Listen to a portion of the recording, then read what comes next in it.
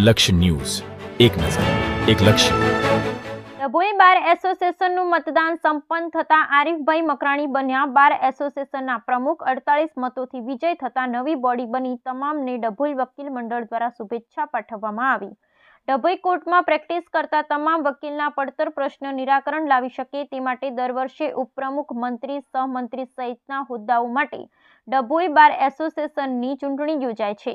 ચાલુ સાલ પણ 10 હોદ્દાદારોની નિમણૂક માટે ચૂંટણી યોજાઈ, જેમાં બારના પ્રમુખ તરીકે આરીફભાઈ મકરાણી 48 મતથી વિજય થયા, તો સોહલભાઈ 38 મતથી ઉપપ્રમુખ તરીકે વિજય થયા. સાથે 10 જેટલા હોદ્દા ઉપર ચૂંટણી યોજાઈ અને નવી બોડી જીતીને આવતા ડભોઈ બારના તમામ વકીલો દ્વારા ફુલહાર કરી તમામ નવી બોડીને વધાવી શુભેચ્છા પાઠવી હતી.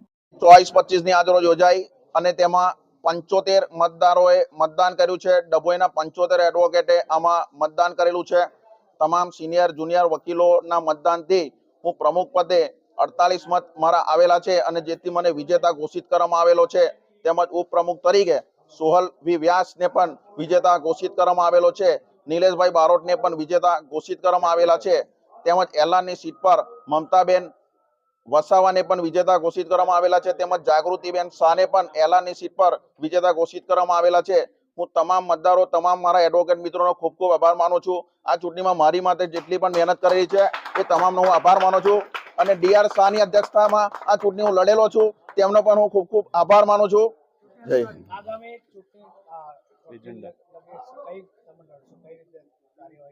આગામી જે મારી કામગીરી છે, તમામ વકીલોના હિતમાં મારે કામ કરવાનું છે. કોર્ટ સંકુલનું કામ કરવાનું છે. વકીલોના હિતો છે, વકીલોના પ્રશ્નો છે, તમામ પ્રશ્નોનું મારે નિરાકરણ લાવવાનું છે. તે માટે વકીલોએ મારી પર ફરીથી વિશ્વાસ મૂકેલો છે.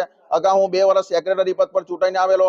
આજરોજ મને પ્રમુખ પદે વિજેતા જાહેર કરવામાં આવેલો છે, જેથી હું તમામ વકીલોનો ખૂબ ખૂબ આભાર માનું છું. તમામ મારા જુનિયર સિનિયર વકીલોનો હું દરેકનો ખૂબ ખૂબ આભાર માનું છું. Thank you. આજરોજ ડભોઈ બારની ચૂંટણી 2024-25ની યોજવામાં આવેલી, જેમાં એલઆરમાં જાગૃતિબેન શાહ અને મમતાબેન વિનર થયા છે. પ્રમુખમાં આરીફભાઈ વિનર થયા છે.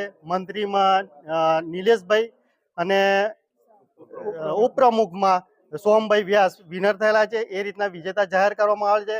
અને જે મેમ્બર કમિટી છે એને બિનહરીફ જાહેર કરવામાં છે. 4 મેમ્બર છે. એમાં મોહસિનભાઈ, રવિભાઈ ભાટિયા, અનુજભાઈ અને રવિભાઈ સોલંકી. એ રીતના આજ ચૂંટણી સંપન્ન થયેલી છે અને આ લોકોને વિજેતા જાહેર કરવામાં આવેલા છે. એલાનમાં